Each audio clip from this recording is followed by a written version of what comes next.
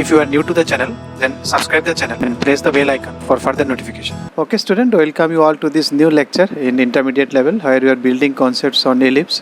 So today we will see a auxiliary circle or eccentric angle, that is nothing but the locus of the foot of perpendicular that can be drawn from the focus to all the tangents of the ellipse.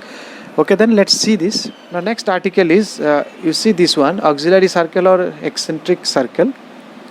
So before going to this, what is this actually? If I want to draw the locus of the foot of perpendicular from the focus of an ellipse to any tangents of the ellipse. Suppose here it is jumbled, so let me draw it here more clearly. Suppose this is an ellipse. So at any point you take a tangent. So this is a tangent, suppose. So if this is a tangent, that means you are drawing a perpendicular to that tangent from the focus. Suppose this is your focus, this is another focus. So you draw perpendicular, this is there. And you take another tangent, suppose this is tangent. Again you draw perpendicular. So this is the perpendicular. So all perpendicular, locus of all perpendiculars if you draw, that becomes a circle. Suppose here is a tangent, you draw locus from here. So this, you can see, this is lying on that dotted line. You can see, suppose this is another tangent. So if you draw a perpendicular, it is this. So from all tangents at any point, suppose here, so at any point this is, and you draw tangent to any point on this ellipse, all the tangents, and you draw perpendicular from the focus to that tangents. So the foot of perpendicular, these are the foot of perpendiculars. So the locus of the foot of perpendiculars is known as the auxiliary circle. So tangents to the ellipse. So if you draw a tangent at the point P, this drawing is not so clear like this one. You can see a little bit. Suppose a tangent, it is drawn at the point P. From the focus you draw a perpendicular Q which meets at this outer circle, that is, it should meet here. So let's try with one by one how we will find the locus of that point. We need the locus of point Q because that is the foot of perpendicular. Now the tangents to the ellipse is this one, this you know. So this is the equation of PQ. So what is the slope of PQ? It is M. So what will be the slope of FQ? Because it is perpendicular to that tangents from the focus. So it should be, because the product should be -1. So M1, M2 should be -1. M1 is given M. So M2 is be -1 by M.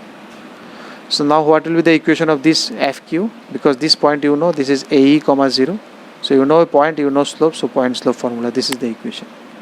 Now once you know this equation, now you solve these two equations, this and this, because this is the Q is nothing but the meeting point of PQ and QF. PQ and QF that intersect at the point Q. So if you solve these two, you will find this point X, Y. That means solution of these two. So for solving these two, you are involving these two. You want to eliminate M. I want to eliminate M. You eliminate M. So if you take a little bit of this fashion, this is mx plus y whole square, this is y minus mx whole square. Mx, you bring mx this side, take square of both these equations, you add it. In place of b square, you write this one, 1 plus m square will go on. This is this one. In place of xy, you can write hk also.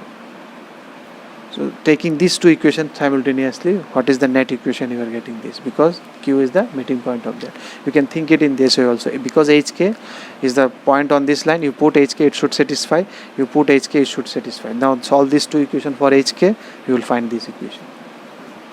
So this is x square plus y square. That means you take this half major axis. You take the major axis as a diameter.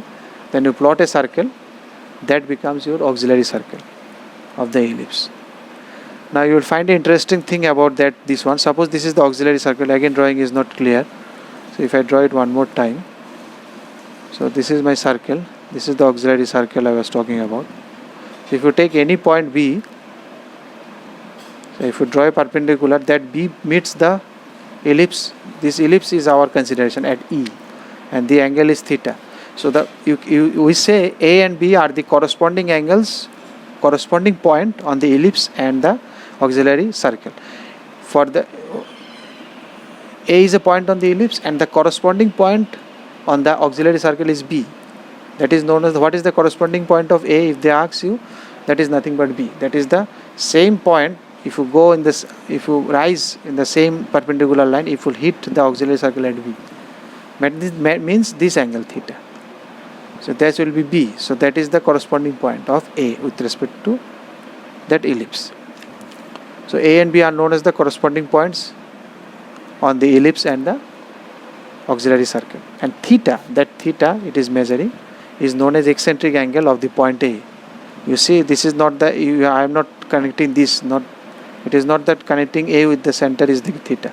It is the B with the, you take the corresponding point of A, then you connect it to the center, that becomes your theta, that becomes your eccentric angle. So this you will find in later lecture, this application of this eccentric point. For parametric form it is important.